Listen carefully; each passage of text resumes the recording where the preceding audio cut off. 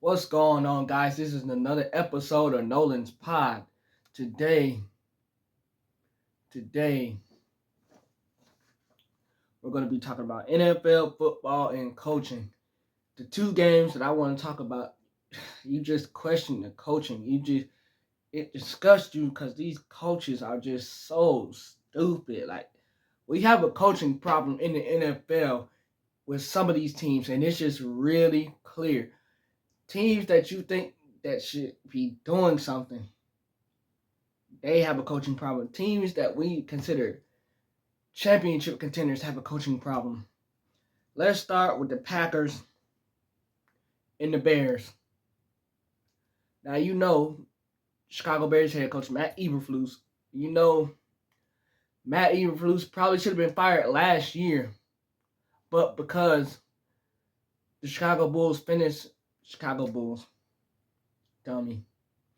because the Chicago Bears finished strong last year, Matt Eberflus' job was safe. Matt Eberflus should have been fired last year. The decisions Matt Eberflus makes in the game is so beyond me. It's so disgusting to see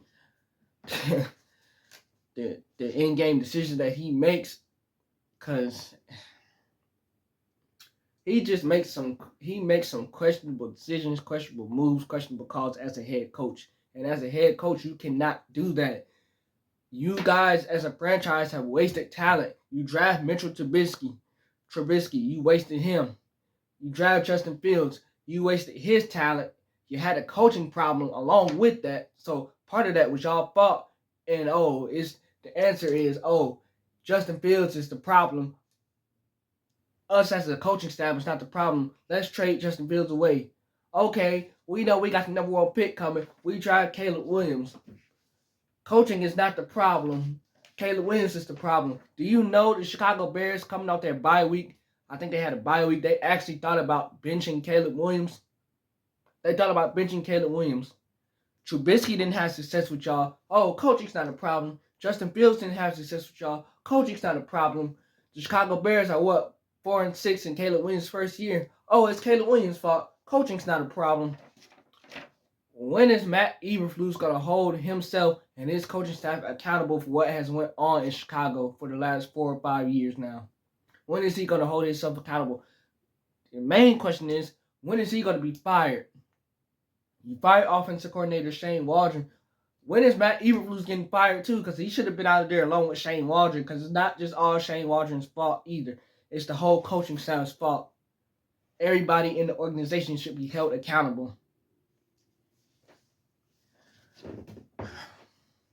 Now that I went on my little rant about Matt Eberflus, I'm going to tell you why he should have been fired. First of all, let's give you some stats. Caleb Williams was 23-31, 231 yards. He was sacked 3 times, 9 carries for 70 yards for Caleb Williams. Keep in mind, he was sacked 3 times. We know that the Chicago Bears offensive line has not been great either. They have not played up to par either. They haven't played up to standards either. If you have a bad offensive line, it's going to be tough for you as a quarterback in the NFL. Make no question about it. It's going to be tough for you to survive in the NFL as a quarterback if you don't have a great offensive line. The Chicago Bears don't have a great offensive line at all, and it's been a problem all year long. DeAndre Swift had 14 carries for 71 yards, 1 touchdown, 2 receptions, 13 yards. Rashawn Johnson had 10 carries for 33 yards, 1 touchdown, 1 reception for 8 yards. Rome Odunze, 6 receptions for 65 yards. DJ Moore, 7 receptions for 62 yards. Cole Kmet, 3 receptions for 42 yards. Keenan Allen, 4 receptions for 41 yards. The Chicago Bears had 3 penalties as a team. They were 9 of 16 on 3rd down and on 4th down. They were 3 for 3 on 4th down and 9 of 16 on 3rd down. That's pretty good. That's going to get you somewhere.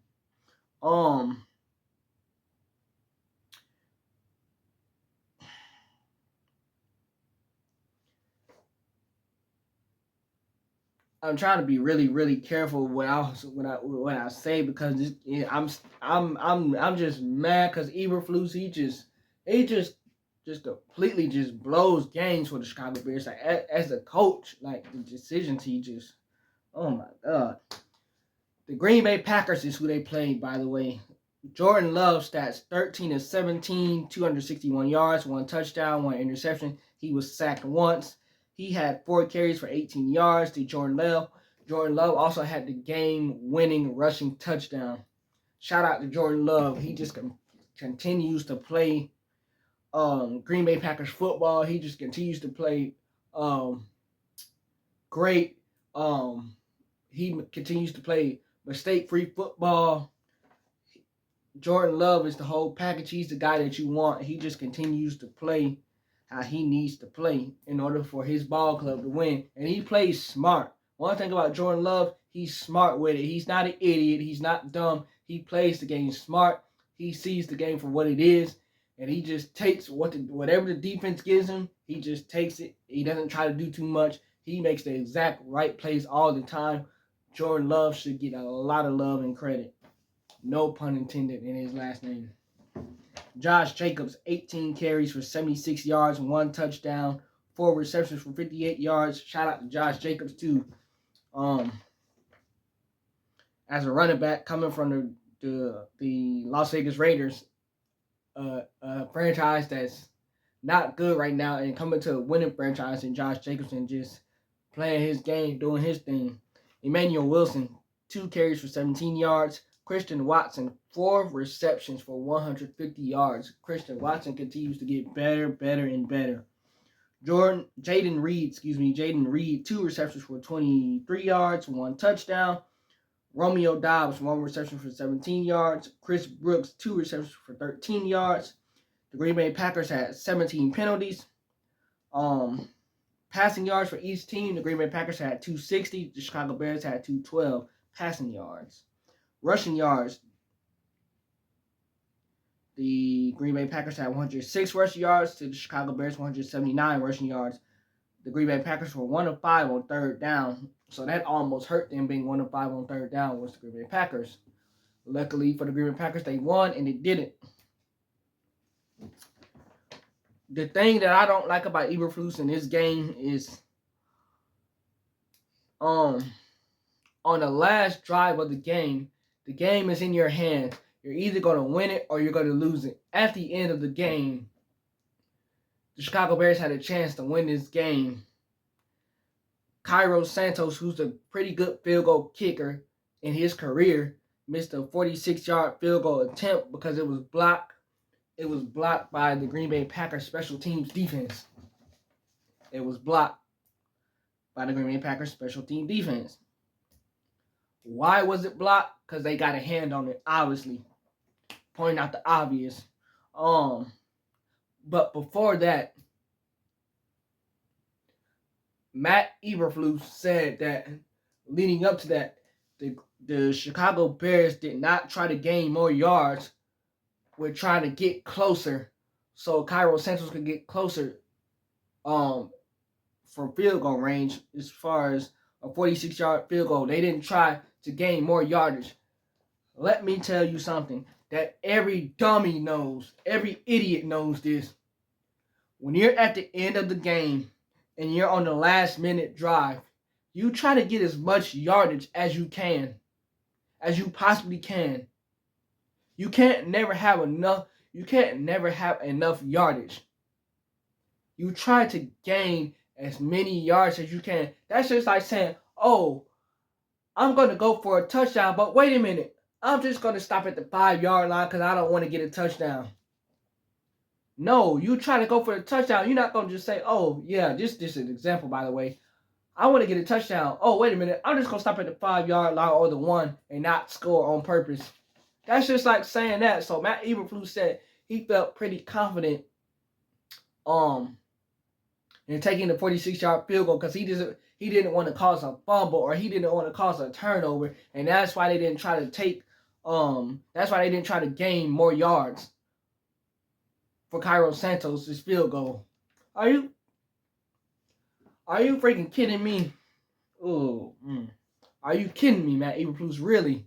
If you want to go out here and win a game, you take every yardage that you can. It doesn't matter about, oh, I'm worried about as a coach whether whether the team's gonna fumble, whether the team's gonna make a mistake and turn the ball over. You try to gain every yardage that you can. You're trying to win a football game. You're trying to win. You take every yardage. You can't be scared. You cannot be scared. You should have the trust in your players that they're going to take care of the football and not make a mistake in that situation. That goes to show that you don't have any trust in your football players, Matt Eberflus. Do you even know what you said? Do you know what you said? Oh, we didn't want to turn the ball over. We didn't want to have a fumble or a possible interception. We didn't want something to go wrong. So that's why we took the 46-yard field goal and we were comfortable like that. Really? And that's why Cairo Santos' 46-yard field goal got blocked in the first place, because y'all are dumb just like that. And that's coaching. Right there. That's Matt Eberflus for you. Right there. Dumb. What team in the NFL do you know does not want to gain the most yards that they can to get as close as they can to a field goal, to a decent field goal yardage attempt? Oh, it's just the Chicago Bears. I forgot EL. That's right. If Matt Eberflus, or if Cairo Santos rather makes the field goal, it'd be 22-20, game over. The Bears walk it off. They have a win. But it's the Chicago Bears, and they find a way to blow it every single time. And that's why they don't have success as an organization. And since that Hail Mary, that's why that has completely ruined their season. So congratulations, Matt Eberflus. I hope that you get fired from your job, because it's just ridiculous what y'all are doing and the coaching that goes along with it. And he should have been, Matt Eberflus, just by him saying what he said in this post-game press conference, he should have just been fired off that alone. Just been fired that same day off that alone.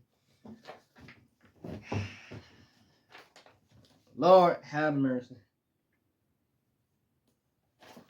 Moving on, because I need to move on before I be done said something else. And I just don't want to. I don't want to.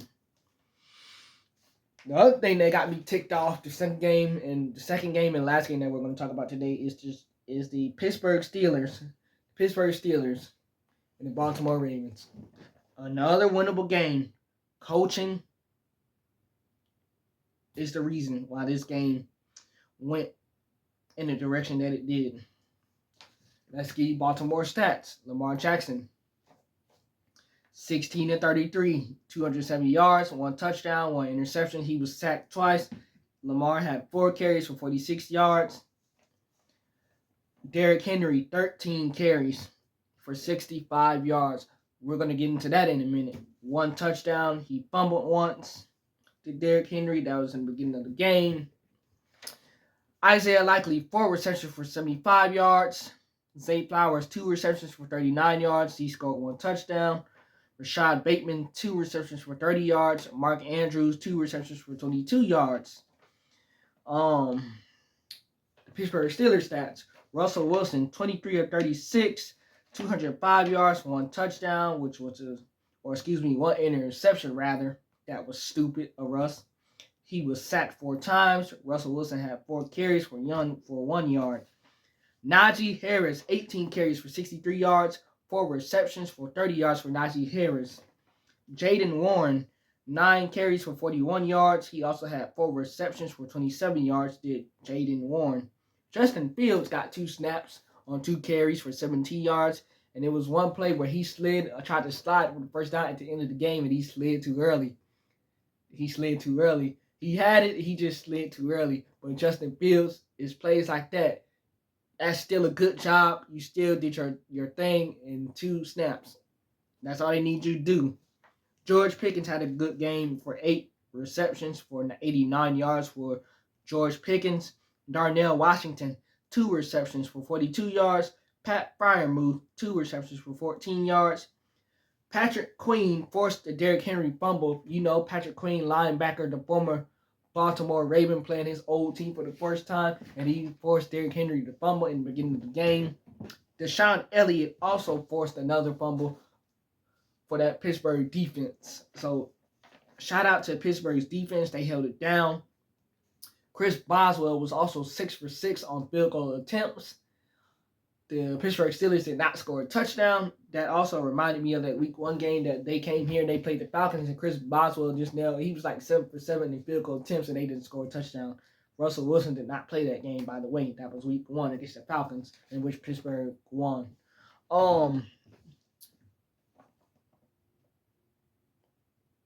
You got to give credit to Mike Tomlin. He had these guys ready to go, ready to play. Shout out to Pittsburgh's defense. I think Lamar Jackson has fallen to 1-5 in his career versus the Pittsburgh Steelers.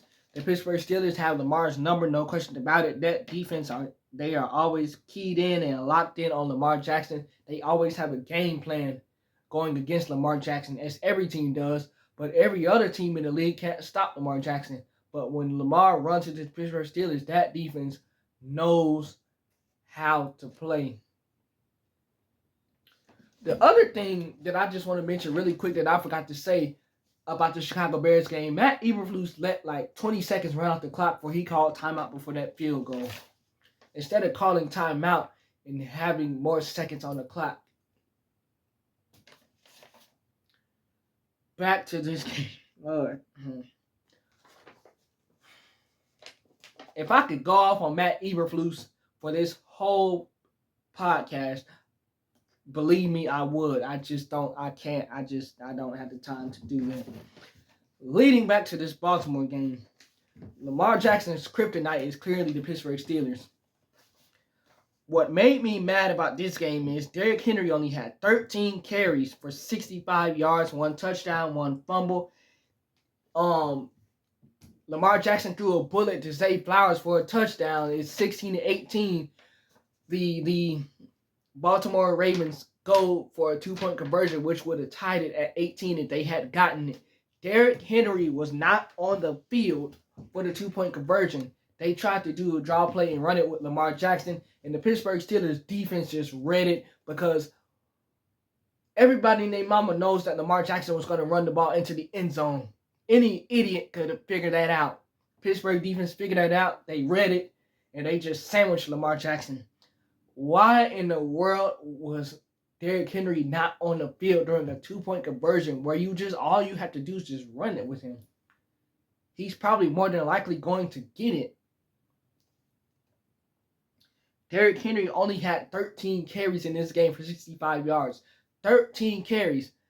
That's why I told you guys, all you guys that are saying that Baltimore Ravens are going to win a Super Bowl, it's never going to happen because they always revert back to their old ways. Pass, pass, pass, pass, pass. Lamar Jackson was 16-33 in passing attempts in this ball game. Derrick Henry only had 13 carries. 13 carries in this ball game where this game was a mess offensively. Both defenses played their butts off. Give both defenses credit. This was an ugly game where Derrick Henry should have been in way more than what he was in. This was a game where y'all should be running the ball down the Pittsburgh Steelers' throats. Instead, y'all revert back to y'all old ways of just passing. And Todd Monken, offensive coordinator. Todd Monken's a really, really, really good offensive coordinator. He was with Georgia on the coaching staff. He was our offensive coordinator. And he left to go to Pittsburgh. That's a great move by Todd Monken. Very happy for Todd Monken. He's in his second year at Baltimore as an offensive coordinator. You make your way for college in the NFL, that's big time. Good job, Todd Monken. But golly, Todd Monken, you hurt this ball club by only having Derrick Henry have 13 carries and going back to just passing. That's why y'all not going to win the Super Bowl. Y'all don't have Derrick Henry last year when y'all faced the Chiefs during the AFC Championship game, and y'all down like 2 scores, and y'all revert back to passing the ball. This year, y'all go get Derrick Henry in free agency in an ugly game like this against Pittsburgh, where y'all need to be running the ball down the team's throats because the pass game is not there. Derrick Henry only has 13 carries, and he's not in the game on one of the most crucial times on the most crucial parts of the game, Derrick Henry is on the sideline. For what?